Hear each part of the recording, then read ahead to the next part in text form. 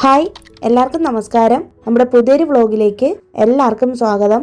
എല്ലാവരും സുഖമായിട്ടിരിക്കുമല്ലേ? ഞങ്ങളോട് സുഖമായിട്ടിരിക്കുന്നു. അപ്പോൾ ഇന്നത്തെ നമ്മുടെ വീഡിയോ പൊങ്കലിൻ്റെ ആ ഒരു സമയത്തെടുത്തിട്ടുള്ള വീഡിയോ ആണ്. അതുപോലെ തന്നെ നമ്മുടെ 10th വെഡ്ഡിങ് ആനിവേഴ്സറി ആയിരുന്നു ജനുവരി 17-ന്. അപ്പം അന്നത്തെ കുറച്ച് വിശേഷങ്ങളും കൂടി കാണിക്കുന്നുണ്ട്. ഭോഗി എന്ന് പറയും, അതായത് പൊങ്കലിൻ്റെ തലേ ദിവസം. ഈ വർഷത്തെ ഭോഗിയുടെ വന്നിരുന്നത് ജനുവരി 14-നാണ്, അതായത് വെനസ്ഡേ ആയിരുന്നു കേട്ടോ. അപ്പോൾ രാവിലെ തന്നെ എഴുന്നേറ്റ് നോക്കിയപ്പോഴത്തേക്കും മുറ്റത്തൊക്കെ ആകെ പുകയാണ്. അപ്പോൾ ഭോഗി എന്ന് പറയുന്നത് പൊങ്കലിൻ്റെ തലേ ദിവസം നമ്മുടെ വീടൊക്കെ ക്ലീൻ ചെയ്ത് വീട്ടിലുള്ള വേസ്റ്റ് എല്ലാം കത്തിച്ച് കളയുന്ന ഒരു സംഭവമാണ് കേട്ടോ. അപ്പോൾ അതായത് നമ്മൾ പുതുവർഷത്തിലൊക്കെ ചെയ്യുമല്ലോ, അതുപോലത്തെ ഒരു സംഭവമാണ്. നമ്മൾ ഓണത്തിനൊക്കെ ചെയ്യില്ലേ, അതുപോലൊരു ആഘോഷമാണിത്. ഇത് ശരിക്കും പറഞ്ഞാൽ വെളുപ്പിന് ഒരു 4 മണിയൊക്കെ ആകുമ്പോഴത്തേക്കും തലേ ദിവസം തന്നെ വീടൊക്കെ ക്ലീൻ ചെയ്ത് കുപ്പയൊക്കെ നമ്മുടെ വീടിൻ്റെ ഫ്രണ്ടിൽ കൊണ്ടുവന്ന് കത്തിച്ച് കളയുവാണ് ചെയ്യേണ്ടത് കേട്ടോ. അപ്പോൾ അത് ചെണ്ടയൊക്കെ അടിച്ച് നാട്ടുകാരെ മൊത്തം അറിയിക്കുന്ന രീതിയിൽ അങ്ങനെ എന്തൊക്കെയാണ് ചെയ്യുന്നത്, അതിനെക്കുറിച്ച് എനിക്ക് കൂടുതൽ അറിയത്തില്ല.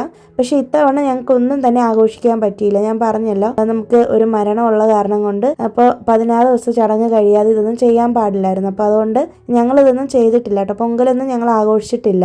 ഞാൻ കമ്മ്യൂണിറ്റി പോസ്റ്റിൽ വിഷസ് ഇട്ടിരുന്നപ്പോഴത്തേക്ക് ഒരുപാട് പേര് കമൻറ്റ് ചെയ്തിരുന്നു, വിഷസൊക്കെ അറിയിച്ചിരുന്നു. പിന്നെ നമ്മുടെ പൊങ്കൽ വ്ളോഗിന് വേണ്ടി വെയിറ്റിംഗ് ആണെന്ന് പറഞ്ഞിരുന്നു കേട്ടോ. അപ്പം ഞാൻ നമ്മുടെ കമ്മ്യൂണിറ്റി പോസ്റ്റിൽ കഴിഞ്ഞ വർഷത്തെ പൊങ്കലിൻ്റെ ഇട്ടിട്ടുണ്ടായിരുന്നു കേട്ടോ. അപ്പോൾ കുറച്ച് പേരൊക്കെ കണ്ടു. അപ്പോൾ ഞാൻ ഇത്തവണ ആഘോഷിക്കാത്തത് കൊണ്ടാണ് കഴിഞ്ഞ വർഷത്തത് ഷെയർ ചെയ്തത്. അപ്പോൾ രാവിലെ തന്നെ ഒന്ന് നമുക്ക് ഹോസ്പിറ്റലിൽ പോകണമായിരുന്നു. ആമിയെ കൊണ്ട് പോയതാണ്. അപ്പോൾ നമ്മൾ പോയ വഴിയിൽ വില്ലിവാക്കം മാർക്കറ്റ് വഴിയാണ് പോയത് കേട്ടോ. അപ്പോൾ ഒന്ന് പുറത്തൊക്കെ ഒന്ന് പോകുമ്പോഴത്തേക്കും ഒന്ന് റിലാക്സ്ഡ് ആവുമല്ലോ. ആമിക്ക് ഞാൻ പറഞ്ഞില്ലേ വൈറൽ ഫ്ലൂ ആയിരുന്നു എന്ന്. അത് കഴിഞ്ഞിട്ട് അവൾക്ക് ചെറിയൊരു വീസിങ് ഒക്കെ വന്നതാണ്. അപ്പോൾ അങ്ങനെ ഒന്ന് തുടക്കത്തിലെ ഡോക്ടറെ കാണിക്കാൻ വേണ്ടിയിട്ട് കൊണ്ടുപോയി.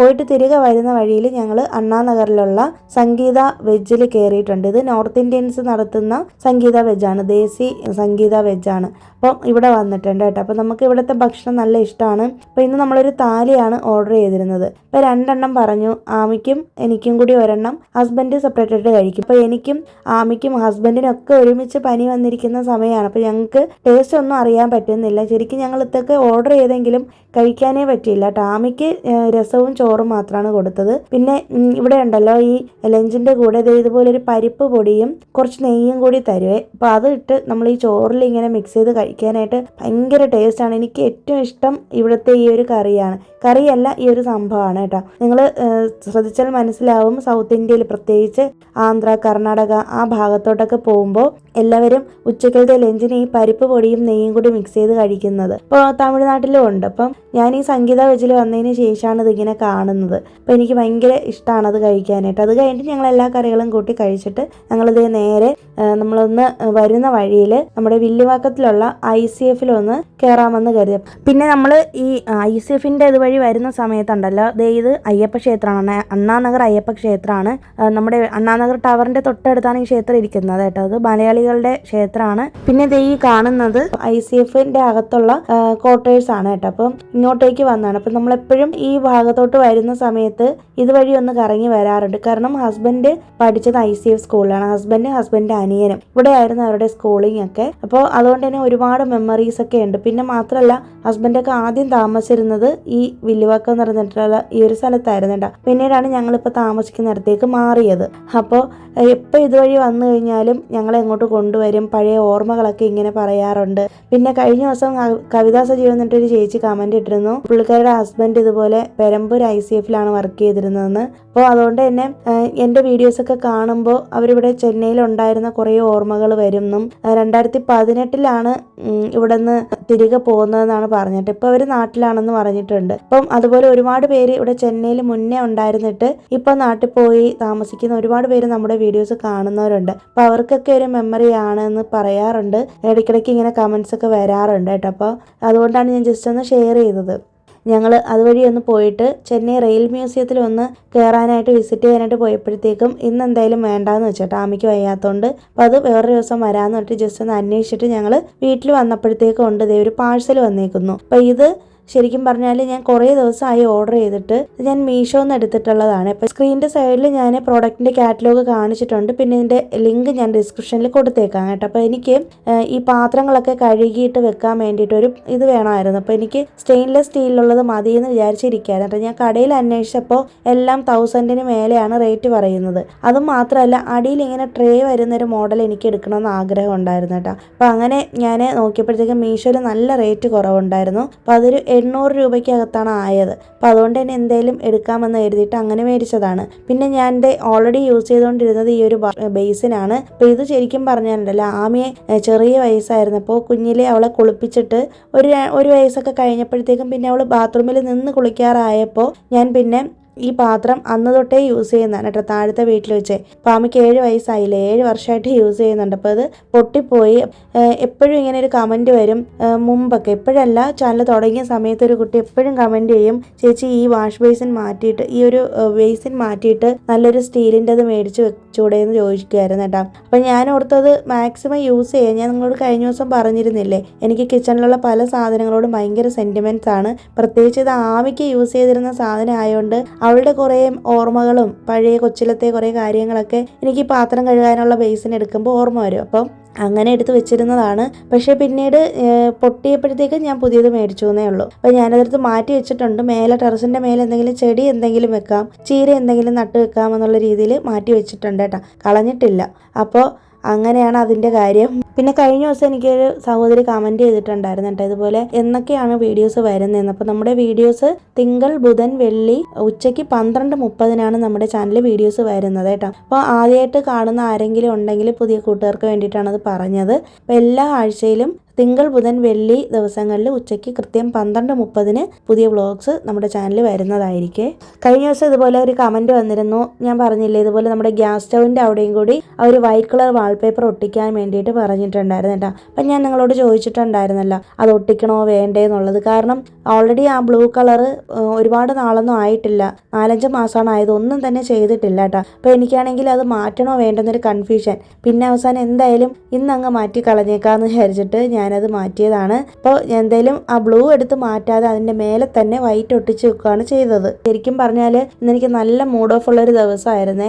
ആകെ ഒരു വിഷമം, എന്തൊക്കെയോ സങ്കടങ്ങളുള്ളൊരു ദിവസമായിരുന്നു. അപ്പോൾ അതുകൊണ്ട് തന്നെ എന്തെങ്കിലും ഒരു കാര്യത്തിൽ എൻഗേജ്ഡ് ആവണ്ടേന്ന് വിചാരിച്ചിട്ട് അങ്ങനെ ചെയ്തതാണ് കേട്ടോ. ഇല്ലെങ്കിൽ ഞാനിത് ഇപ്പോഴൊന്നും ഒട്ടിക്കത്തേ ഇല്ലായിരുന്നു. അപ്പോൾ കഴിഞ്ഞ ദിവസം ആരും എനിക്ക് കമൻറ്റും ചെയ്തിരുന്നു, എന്തിനാണ് ഇനി ഒട്ടിക്കുന്നത്, ഇതിപ്പോൾ മേടിച്ചതല്ലേ ഉള്ളൂ ബ്ലൂ കളറിലുള്ളത്, ഇത് വെറുതെ വേസ്റ്റ് ആക്കണമെന്നൊക്കെ ചോദിച്ചിരുന്നു കേട്ടോ. ആരാണെന്ന് എനിക്ക് ഓർമ്മയില്ല. അപ്പോൾ ഞാൻ ചെയ്യണ്ടെന്ന് പറഞ്ഞ് തന്നെയാണ് ഇരുന്നത്. പക്ഷേ ആ കമൻറ്റ് കാണുന്നതിന് മുന്നേ തന്നെ ഞാൻ ഓൾറെഡി ഇത് ഒട്ടിച്ച് കഴിഞ്ഞായിരുന്നു കേട്ടോ. അപ്പോൾ എന്തായാലും മൊത്തത്തിലൊരു വൈറ്റ് കളർ ആയപ്പോൾ ഭയങ്കര സന്തോഷം തോന്നി. നല്ല രസമുണ്ട് കാണാനൊക്കെ. ഞാൻ പറഞ്ഞല്ലോ ഇതിനകത്ത് ചെറിയ ഗോൾഡൻ കളറിലുള്ള ചെറിയ സ്ക്വയർ ടൈപ്പിലുള്ള സംഭവം വയ്ക്കുമെന്ന്. അപ്പോൾ അതിങ്ങനെ ചൂട് തട്ടുമ്പോഴത്തേക്കും ഇളകി പോകുന്നൊരു പേടിയുണ്ടായിരുന്നു. പക്ഷെ ഞാൻ എന്തെന്ന് വെച്ചിട്ടുണ്ടെങ്കിൽ ഗ്യാസ് സ്റ്റൗവിനെ കുറച്ചും കൂടി ഫ്രണ്ടിലോട്ട് നീക്കി വെച്ചിട്ടാണ് ഇപ്പോൾ ഗ്യാസ് യൂസ് ചെയ്യുന്നത്. അപ്പോൾ അതുകൊണ്ട് തന്നെ ഈ വൈറ്റ് കളർ വാൾപേപ്പർ ഒട്ടിച്ചതിന് ശേഷം എനിക്ക് വേറെ ബുദ്ധിമുട്ടൊന്നും തോന്നിയിട്ടില്ല. മെയിനായിട്ട് ഞാനിത് ചെയ്യാനുള്ളൊരു കാരണം, ഒന്നാമത്തെ കാര്യം വീഡിയോ എടുക്കുന്ന സമയത്ത് തീരെ ലൈറ്റ് കുറവാണ്. മാത്രമല്ല നല്ലൊരു ഇരുണ്ടാണ് ഇരുന്നത് കേട്ടോ നേരത്തെ നമ്മുടെ ടൈൽസ്.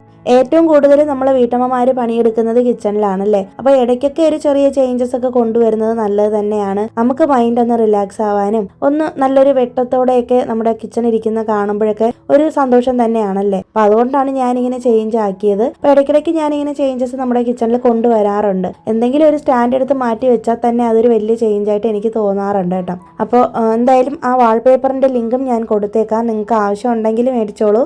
നല്ല ക്വാളിറ്റിയാണ്.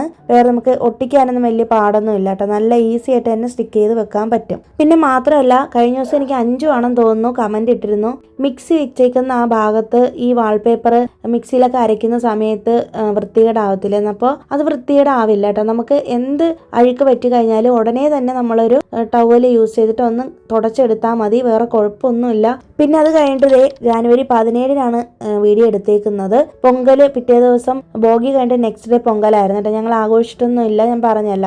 അപ്പോൾ അതുകൊണ്ട് തന്നെ അന്നത്തെ വീഡിയോ ഒന്നും എടുത്തിട്ടൊന്നുമില്ല. സാധാരണ ഒരു നോർമൽ ഡേ ആയിട്ട് തന്നെയാണ് അന്നത്തെ ദിവസം പോയത്. പിന്നെ 17-ാം തീയതി ഞങ്ങൾ വെഡ്ഡിങ് ഡേ ആയ കാരണം കൊണ്ട് ഒന്ന് പുറത്ത് വരാമെന്ന് കരുതി. അപ്പോൾ ഞാൻ പറഞ്ഞില്ലേ വില്ലിവാക്കം റെയിൽ മ്യൂസിയത്തിലോട്ടൊന്ന് വരാമെന്ന് കരുതി കേട്ടോ. ഞാൻ 10 വർഷമായിട്ട് ഇവിടെ ചെന്നൈയിലുണ്ട്. പക്ഷേ ഫസ്റ്റ് ടൈമാണ് ഇവിടെ വരുന്നത്. എൻ്റെ ഹസ്ബൻഡ് ഫസ്റ്റ് ടൈമാണ് വരുന്നതെന്ന് പറഞ്ഞു. അപ്പോൾ അത് ഇവിടെ വന്നിട്ടുണ്ട്. അപ്പോൾ ഇവിടെ എന്ന് വെച്ചിട്ടുണ്ടെങ്കിൽ ICFന്റെ ചെന്നൈ റെയിൽ മ്യൂസിയം ആണ് ഇവിടെ. അപ്പം പുറത്തുള്ള ആൾക്കാർക്കൊക്കെ വിസിറ്റ് ചെയ്യാൻ പറ്റും. എല്ലാ സ്റ്റേറ്റിലുള്ള ട്രെയിനിന്റെ മോഡലുകളുടെ മിനിയേച്ചർ ഇവിടെ ചെയ്ത് വെച്ചിട്ടുണ്ട്. ട്രെയിനിന്റെ ഹിസ്റ്ററിയും കാര്യങ്ങളൊക്കെ ഇവിടെ എഴുതി വെച്ചിട്ടുണ്ട് കേട്ടോ. ഇവിടെ ചെയ്യുന്നത് നമ്മുടെ ട്രെയിനൊക്കെ ഉണ്ടാക്കൂലേ, അതിവിടെയാണ് മാനുഫാക്ചർ ചെയ്യുന്നത്. അപ്പോൾ അതാണ് ഇവിടുത്തെ പ്രത്യേകത.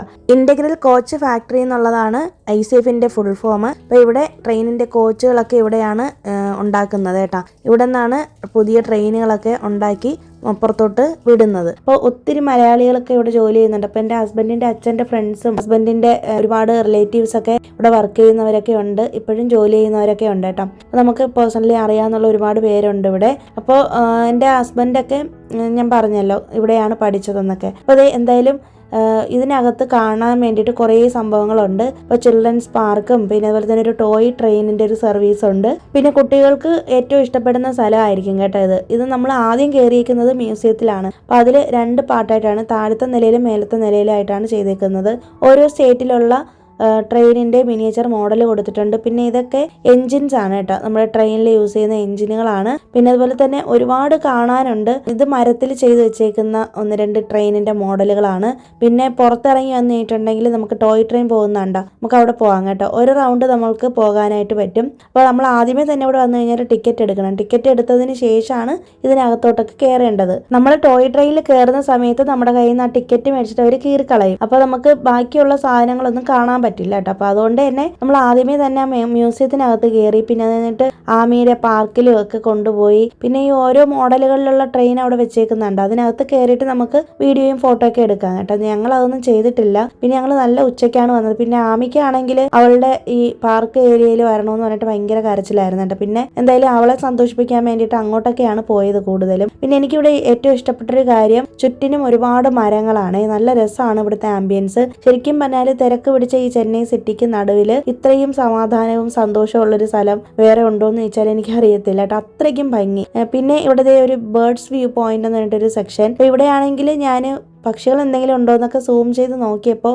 2-3 കൊക്കാണ് ഉണ്ടായിരുന്നത്. പിന്നെ പാരറ്റൊക്കെ ഉണ്ട് അവിടെ, അതൊക്കെ എഴുതി വെച്ചിട്ടുണ്ട്. പ്രത്യേകിച്ച് അങ്ങനെ അവർ കിളികളെ ഒന്നും വളർത്തുന്നൊന്നുമില്ല. അതിൻ്റെ ഓപ്പോസിറ്റ് തന്നെ ഒരു റെസ്റ്റ് റൂം ഉണ്ടായിരുന്നു കേട്ടോ. റെസ്റ്റ് റൂം തീരെ വൃത്തിയില്ലാത്ത പോലെ തോന്നി. ഞങ്ങൾ അതിനകത്തോട്ട് കയറിയില്ല. പിന്നെ അത് ഈ നമ്മൾ നേരത്തെ കണ്ടില്ലേ ബേർഡ്സിൻ്റെ പാർക്ക്, അപ്പോൾ ആ ഭാഗത്ത് ഇപ്പുറത്തോട്ട് വരുമ്പോഴത്തേക്കും കാണുന്നതാണ്. അപ്പോൾ ഇവിടെയൊക്കെ വന്ന് ഇരിക്കാൻ പറ്റും കേട്ടോ. ഭയങ്കര കൊതുകാണ്. അപ്പോൾ നമുക്ക് ഇവിടെ ഇരുന്ന് ഒന്നിനും പറ്റത്തൊന്നുമില്ല. അപ്പോൾ അതുകൊണ്ട് തന്നെ ഭയങ്കര ബുദ്ധിമുട്ടായിരുന്നു. ശരിക്കും പറഞ്ഞാൽ ഞങ്ങൾ വെഡ്ഡിങ് ഡേക്ക് അങ്ങനെ പുറത്ത് പോകണമെന്നൊന്നും വിചാരിച്ചിരുന്നില്ല. സിമ്പിളായിട്ട് വീട്ടിൽ എന്തെങ്കിലും ഭക്ഷണം ഉണ്ടാക്കാം എന്നാണ് വിചാരിച്ചിരുന്നത്. പക്ഷേ സമയമായപ്പോഴത്തേക്കും ഈ പതിവ് പോലെ തന്നെ എല്ലാ പ്രാവശ്യവും പുറത്ത് വരുന്നത് പോലെ ഒന്ന് പോകാമെന്ന് കരുതിയിട്ട് ശരിക്കും ഒട്ടും പ്ലാൻഡ് അല്ലാതെ ഇറങ്ങിയൊരു യാത്രയായിരുന്നു കേട്ടോ. ഞങ്ങൾ പറഞ്ഞില്ലേ ആമിക്ക് സുഖമില്ലാത്തത് കൊണ്ട് ഞങ്ങൾക്ക് വലിയ താല്പര്യമില്ലായിരുന്നു. പക്ഷെ എന്തായാലും അന്നത്തെ ദിവസം അവൾക്ക് വലിയ കുഴപ്പമില്ലാത്തതുകൊണ്ട് നമ്മൾ എന്തായാലും ഇറങ്ങി. അങ്ങനെ ശരിക്കും വന്നില്ല എന്നുണ്ടെങ്കിൽ വലിയൊരു നഷ്ടമായി പോയേനെന്ന് തോന്നിയായിരുന്നു. അത്രയ്ക്ക് നല്ല ഭംഗിയുള്ളൊരു സ്ഥലം. പിന്നെ ഇവിടുത്തെ സമയം എന്ന് പറയുന്നത് രാവിലെ 10 മണി മുതൽ വൈകുന്നേരം 4:30 വരെയാണ്. അപ്പോൾ ഇവിടെ ടോയ് ട്രെയിനും പ്രത്യേക സമയമൊക്കെ കൊടുത്തിട്ടുണ്ട് കേട്ടോ.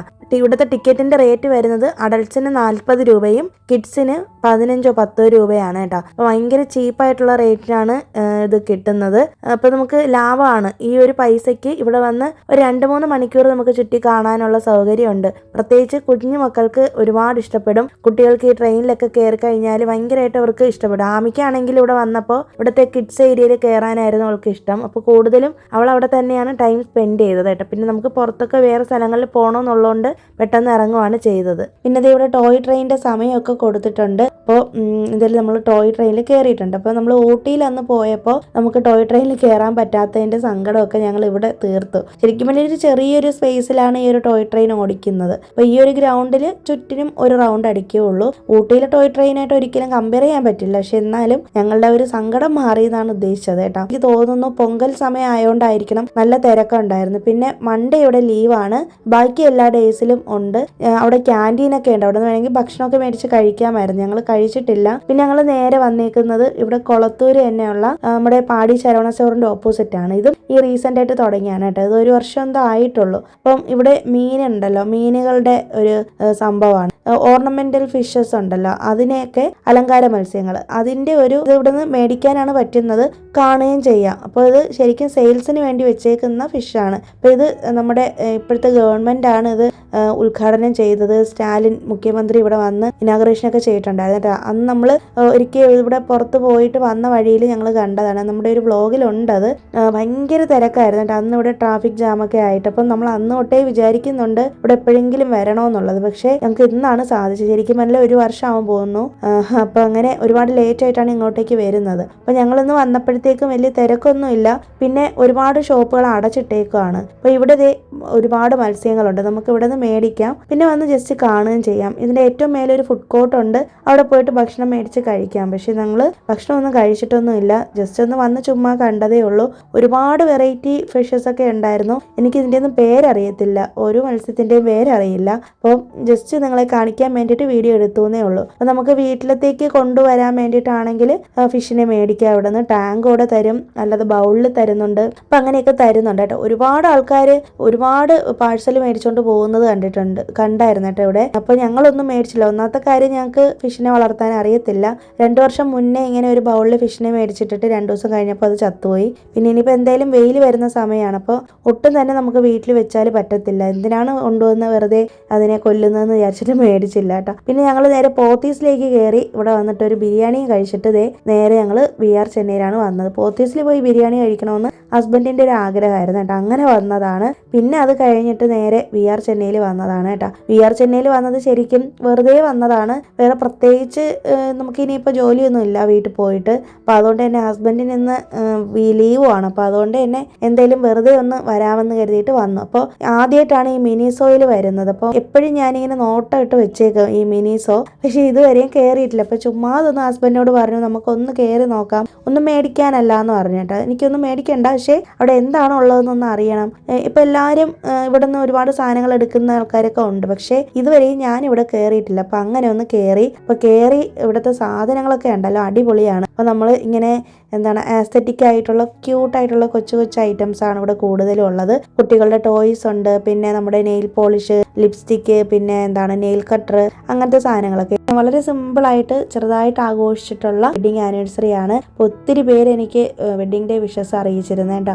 ഒരുപാട് പേര് കമ്മ്യൂണിറ്റി പോസ്റ്റിലും ഒക്കെ എനിക്ക് വിഷസ് അറിയിച്ചു. ഒത്തിരി താങ്ക്സ് ഉണ്ട്. പേഴ്സണലായിട്ട് അയച്ചിട്ടുള്ള കുറച്ച് സുഹൃത്തുക്കളുണ്ടായിരുന്നു, അവരോടൊക്കെ ഒത്തിരി ഒത്തിരി സന്തോഷം. Thank you so much. കാരണം നമ്മളിങ്ങനെ ഓർത്തിരുന്ന് വിഷ് ചെയ്യാന്ന് പറയുന്നത് അതൊരു വലിയൊരു കാര്യം തന്നെയാണ്. ഞാൻ എപ്പോഴും എന്നെ ബർത്ത്ഡേ ആണെങ്കിലും വെഡിങ് ഡേ ആണെങ്കിലും ഒക്കെ വിഷ് ചെയ്യുന്ന ആൾക്കാരോട് എനിക്ക് ഭയങ്കര റെസ്പെക്റ്റ് തോന്നും. കാരണം നമ്മളെ അവർ ഓർക്കുന്നത് കൊണ്ടാണല്ലോ നമുക്കങ്ങനെ വിഷ് ചെയ്യാൻ തോന്നുന്നത്. അപ്പോൾ ഇവിടുത്തെ എൻ്റെ ഹസ്ബൻഡിൻ്റെ അമ്മയുടെ ഒരു സുഹൃത്ത് ആൻറ്റി ഉണ്ട്. ആൻറ്റി എന്നെ ഫോൺ ചെയ്തിട്ട് വിഷസ് അറിയിച്ചിട്ടുണ്ടായിരുന്നു. അപ്പോൾ ഈ വർഷം ഫോൺ ചെയ്ത് വിഷ് ചെയ്തിട്ടുള്ളത് ആൻറ്റിയാണ്. അപ്പോൾ അങ്ങനെ ചെറുതാണെങ്കിലും ഞങ്ങൾ വളരെ സന്തോഷകരമായിട്ട് ആഘോഷിച്ചിട്ടുള്ള ഒരു വെഡ്ഡിങ് ഡേ ആയിരുന്നു കേട്ടോ. 10 വർഷം പൂർത്തിയായി. അങ്ങനെ ഞങ്ങൾ ഒരുമിച്ച് കുറേ ദുഃഖങ്ങളിലൂടെയും സങ്കടങ്ങളിലൂടെയും സന്തോഷങ്ങളിലൂടെയൊക്കെ കടന്നു പോയ 10 വർഷങ്ങളാണ്. അപ്പോൾ അതുകൊണ്ട് തന്നെ ഇന്നത്തെ വെഡ്ഡിങ് ആനിവേഴ്സറിക്ക് ഒരു പ്രത്യേകതയും ഉണ്ടായിരുന്നു കേട്ടോ. പക്ഷെ എന്നാലും നോർമൽ ഡേ പോലെ തന്നെയായിരുന്നു. പിന്നെ ഞങ്ങൾ കേക്കൊന്നും മേടിച്ചിട്ടൊന്നുമില്ല. കേക്ക് മേടിക്കാത്തത് തന്നെയാണ് കാരണം ആമിക്കും വയ്യ, ഞങ്ങൾക്ക് എല്ലാവർക്കും പനിയൊക്കെ ആയ കാരണം കൊണ്ട് മധുരമൊന്നും മേടിച്ചിട്ടൊന്നുമില്ല. അപ്പോൾ എന്തായാലും വിഷ് അറിയിച്ചിട്ടുള്ള എല്ലാവർക്കും ഒത്തിരി ഒത്തിരി സന്തോഷം. ഒരുപാട് താങ്ക് യു. എനിക്കാണെങ്കിൽ നല്ല മൈഗ്രെയിൻ ഉണ്ട്. അപ്പം ഒരുപാട് AC-യിലിരിക്കുകയോ അല്ലെങ്കിൽ ഒരുപാട് വെയിൽ കൊള്ളുമ്പോൾ ഒരുപാട് ഫോൺ യൂസ് ചെയ്യുമ്പോഴൊക്കെ നല്ല മൈഗ്രെയിൻ എനിക്ക് ഉണ്ടാകാറുണ്ട്. അപ്പോൾ അതുകൊണ്ട് തന്നെ നല്ല കടുപ്പത്തിനൊരു സുലൈമാനിയും കുടിച്ച് ഹസ്ബൻഡിനൊരു ജിഞ്ചർ ടീയും മേടിച്ചു കൊടുത്തു, ആമിക്കൊരു വാട്ടർ ബോട്ടിലും മേടിച്ചു കൊടുത്തു. അത് കഴിഞ്ഞിട്ട് അവിടെ കുറച്ച് നേരമൊക്കെ ഇരുന്നതിന് ശേഷം ഞങ്ങൾ സിനിമയ്ക്ക് വന്നു. നമ്മൾ പതിവ് പോലെ തന്നെ രോഹിണി തിയേറ്ററിലാണ് വന്നത്. ജീവയുടെ പുതിയ സിനിമ ഇറങ്ങിയിട്ടുണ്ടായിരുന്നില്ലേ, അതാണ് കാണാനായിട്ട് വന്നത് കേട്ടോ. നല്ല സിനിമയായിരുന്നു, നല്ല കോമഡി മൂവി ആയിരുന്നു കേട്ടോ. അപ്പോൾ ഇത്രയേ ഉള്ളൂ ഇന്നത്തെ ഈ ഒരു വീഡിയോ. ഈ വീഡിയോ നിങ്ങൾക്ക് ഇഷ്ടമായി എന്ന് വിശ്വസിക്കുന്നു. ഇഷ്ടമായാൽ ലൈക്ക് ചെയ്യാനും ഹൈപ്പ് ചെയ്യാനും ഷെയർ ചെയ്യാനും, ആദ്യമായിട്ടാണ് നമ്മുടെ ചാനൽ കാണുന്നതെങ്കിൽ വീഡിയോസൊക്കെ ഇഷ്ടമാണെന്നുണ്ടെങ്കിൽ മാത്രം ഒന്ന് സബ്സ്ക്രൈബ് ചെയ്യാനും മറക്കരുതേ. പുതിയൊരു വീഡിയോ ആയിട്ട് നമുക്കിനി നെക്സ്റ്റ് വീക്ക് മൺഡേ വീണ്ടും കാണാം. അതുവരേക്കും എല്ലാവർക്കും ബൈ. Thanks for watching.